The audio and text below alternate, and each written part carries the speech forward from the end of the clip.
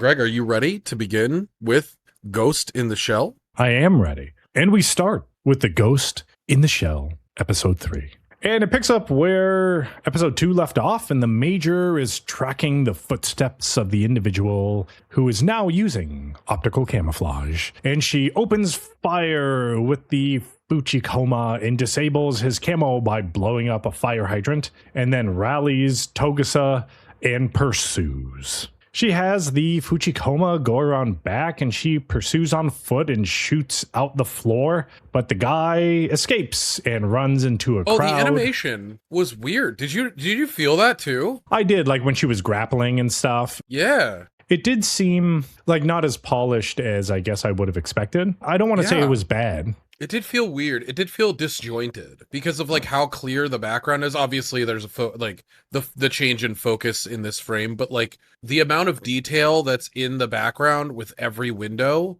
and then it feels like the lack of detail in Motoko. I agree. Like it was enough to make you think about it. Yeah. It wasn't like this action scene here wasn't like the other ones, and I don't know if this was like look behind me. Like, you guys see that behind me, the picture of Kusanagi in the intro, and then you see this picture, and you're like, all right. They look kind of similar.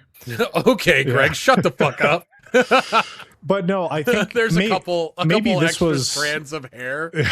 Maybe this was one of the things that, like, they added that wasn't part of the manga, that they kind of added these extra action sequences so we got an idea of what was going on more so. Yeah. Because it was animated. That's how I felt about that scene. I felt like this was added, and because they weren't necessarily following manga panels, maybe how it was animated, they kind of had to like make it up as they went along. I don't know. But yeah, it did definitely feel out of place, but it wasn't bad, I guess. Okay, I agree. The dude runs into a crowd and convinces people to help him. And I don't know if he had some like brainwashing voice thing or whatever, because the Major did say something about some sort of voice command thing or whatever, but I didn't really pay too much attention. And then the guy shoots one of the bystanders that's just running around trying to hold down Kusanagi, and then all of the bystanders scatter, but one girl holds on to the Major while the guy has her in his sights.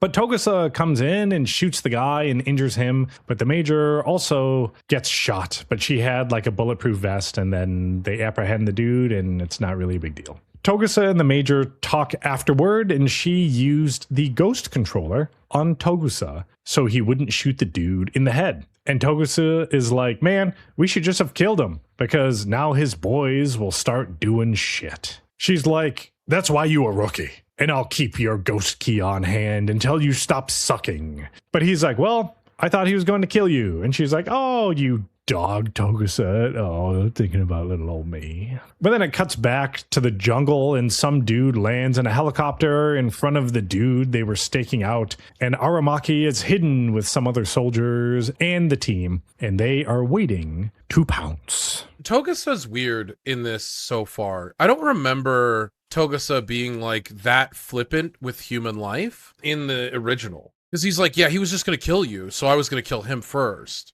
And Kusanagi's like, no, like, that's why I'm going to take over. Yeah, I agree. It was kind of a weird scene, but maybe she knew Togusa was there and she had it all planned that she was just going to control him to take the shot versus her taking the shot herself. I think so. I don't know, man. And then, yeah, all these guys have names, by the way, like the jungle dude, the helicopter dude, this politician dude. I didn't write them down, so you're just going to hear me say some weird stuff here describing these men so we kind of have an idea of what is going on. So the stakeout dude talks to the helicopter dude, and he's like, puppet master.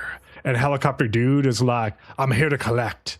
But then it cuts to inside, and the political dude is there, and he's mad at Puppet Master for the HA3 virus.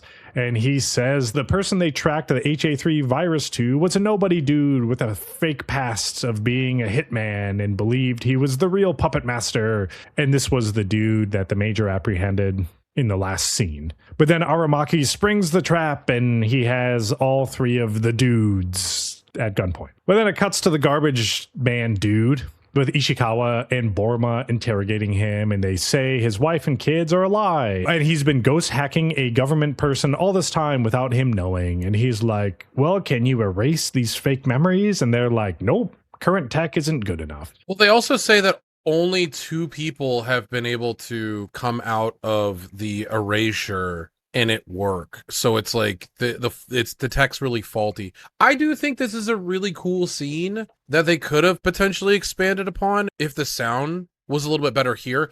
I know I like always pump up how good the sound design is in the show, but the music was very different here. And I think they could have had a more somber tone to like talking about how important memories are to people and like what differentiates. Like Inception does a great job of that. Like memories are hyper important, and being able to manipulate memories would be an insane thing. Yeah.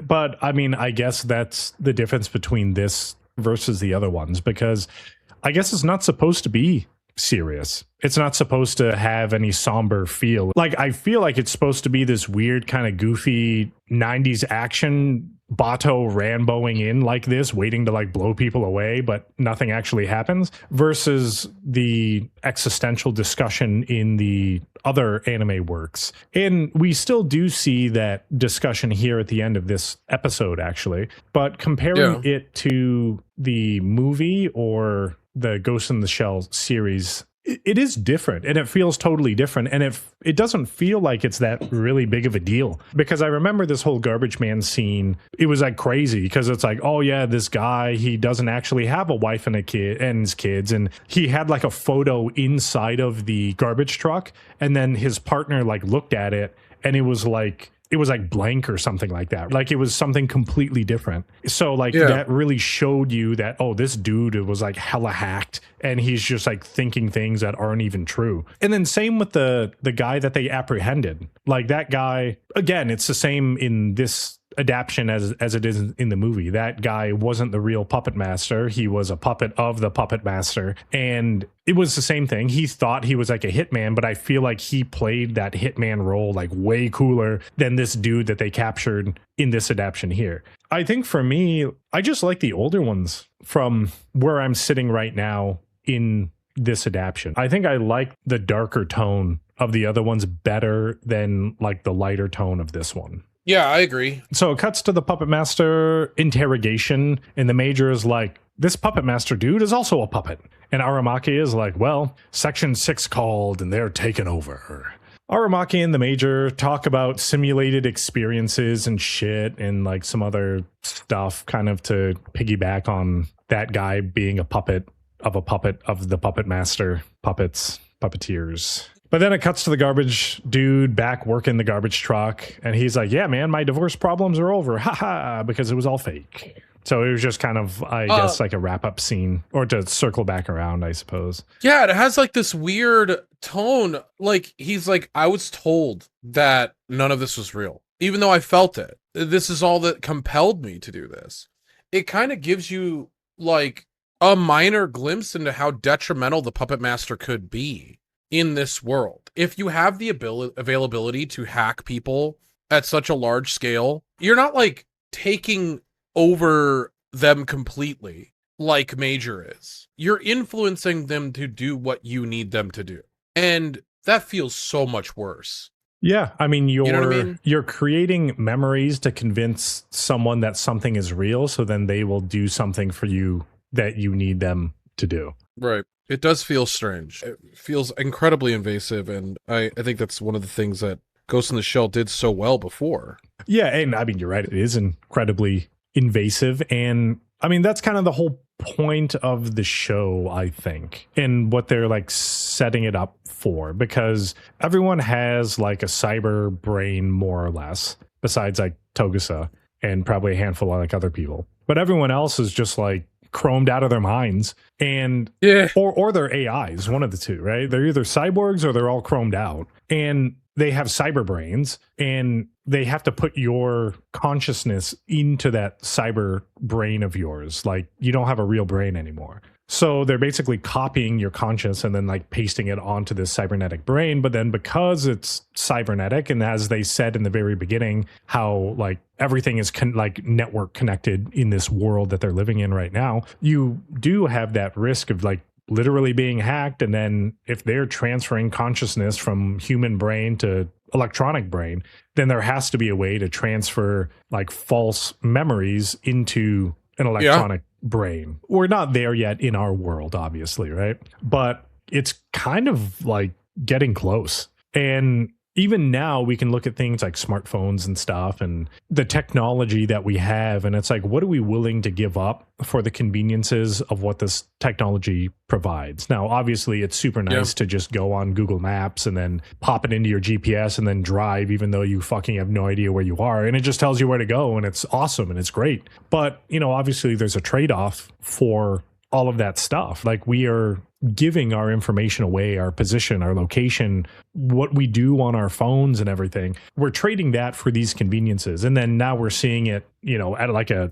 super high level here in Ghost in the Shell, where now it's like we're trading our brains for cyber brains so we can like talk to each other telepathically and meta glasses inside of our brain and watch YouTube while I'm driving a garbage truck so no one can see me watch YouTube, and then the cops don't pull me over because I'm not looking at my phone. But then you trade that for this risk of having everything that you are electronically imprinted that someone else potentially has access to. Like if you have a real brain, I guess you can. I mean, I guess someone could kidnap you in this world, cut out your brain and force you to have a cyber brain like in Virgin Punk. I think that it also, you get into the idea of what is human still, because what do we define as human? Like Togusa is the closest thing to a natural human that we have. And then beyond that, you have the question of the existential question of like, okay, what is consciousness? Because like, if you were to have a device that could teleport you specifically, dematerialize you, and then rematerialize you somewhere else,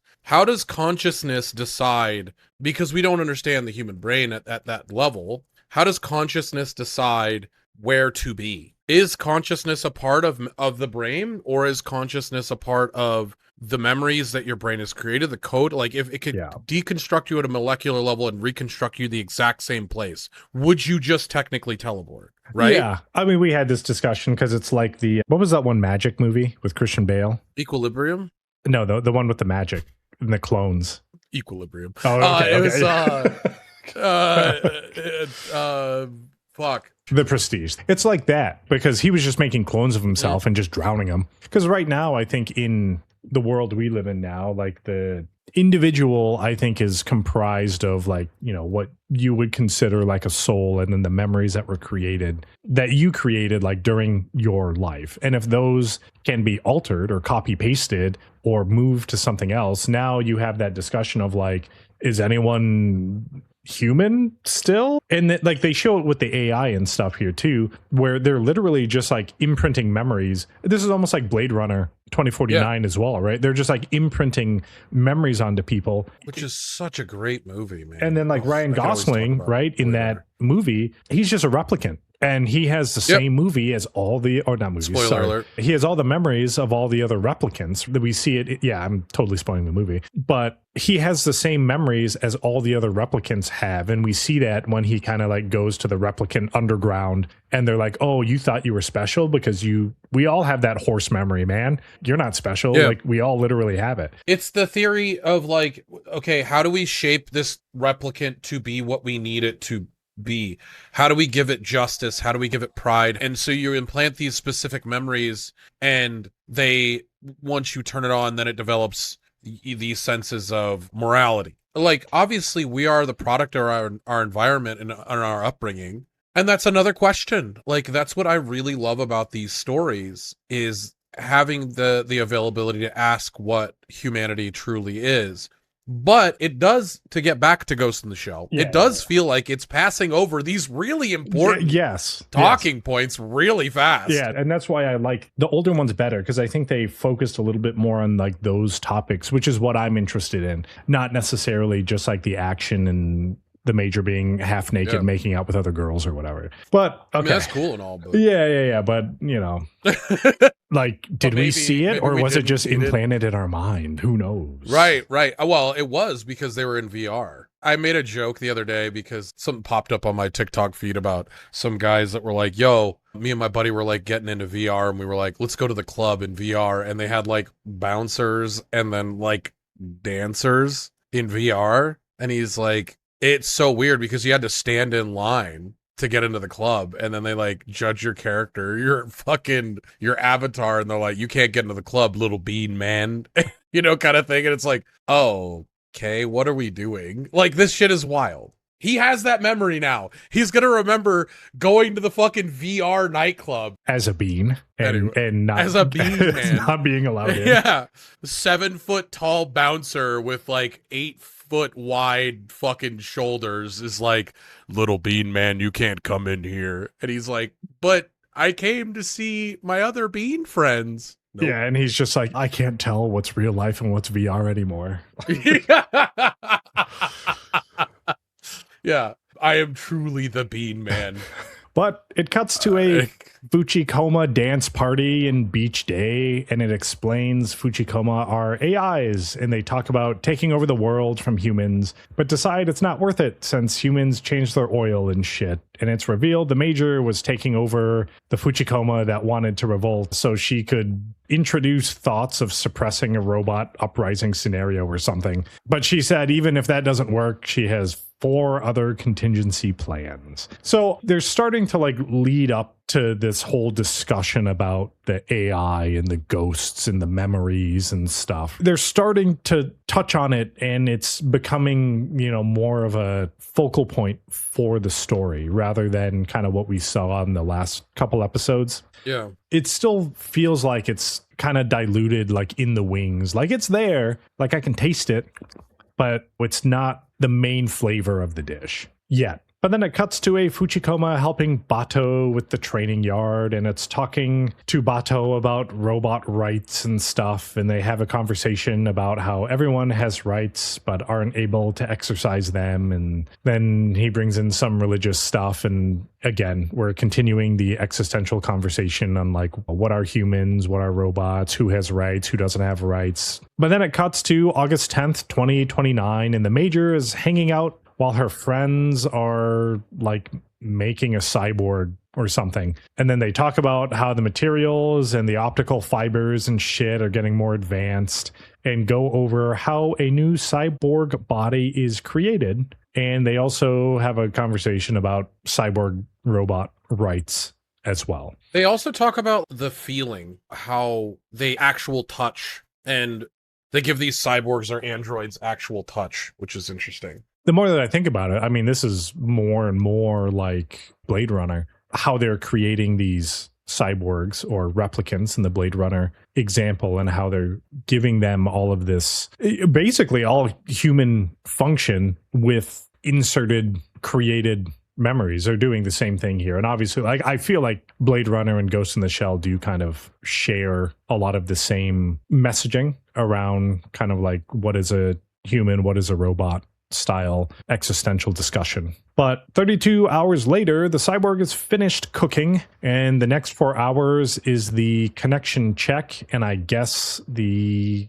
connection check is the girls fucking hanging out at a restaurant with the new cyborg. This character's super weird. The nurse is like incredibly fucking awkward, the one that's creating it, because she's like, oh, now that she's 16 squared, meaning like she's allowed to be considered an adult android or whatever. I was just like, that doesn't feel right. I think because she's like the artist, right? She's the one making these androids, and then when they pour like the liquid skin on them or whatever, like she has to manually kind of like touch it and like do things to it. So I think like for her, these aren't necessarily like cyborgs. They're unique creations that she is in charge of, more or less, and then she's just geeking out super hard about it. I don't know, but I think that's like one of the same girls that the Major was at in her VR beach party before Bato came and crashed it. So I mean, obviously they're like friends outside of work and know each Mhm. other and stuff. And we already know that they like touching lady cyborgs together. Yeah.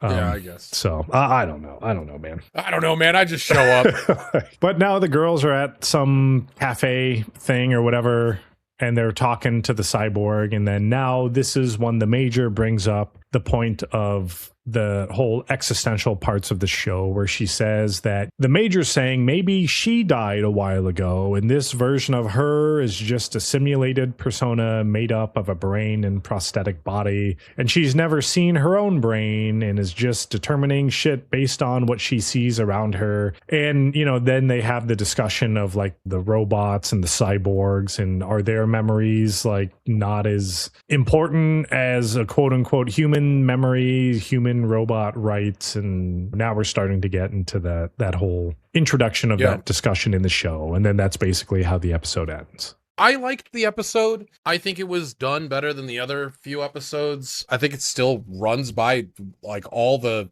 cool scenes from like the movies and stuff really fast. Like the whole reason we have such influential, it's like if you redid Akira and you were like, yeah, I'm going to follow it faithfully from the book completely. The reason Akira became so popular, and one of the things that happened in Akira, I will say, is two different things. The original writer of Akira walked out midway through the movie of the original screening. He's like, it's a complete failure. I hate it. I hate what it is. I hate what it's become. I don't know why I gave my rights away to this. And then the entirety of the people watching it gave it like a standing ovation. Akira became this existential idea, and it was hyper influential to what we view cyberpunk and post-apocalyptic stuff going forward. I feel like some writers miss the forest for the trees. They have like an incredible storyline and they write this incredible work, and then somebody else comes along and is like,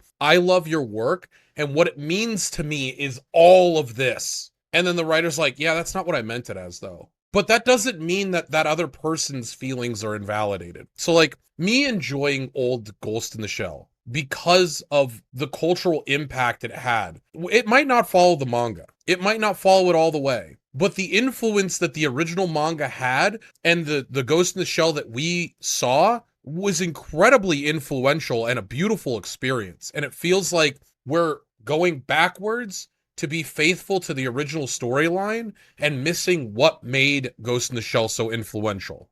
I almost look at them as like two different things, even though they are kind of the same thing. You know, does that make sense? Is anything real? I'm gonna spin some Inception.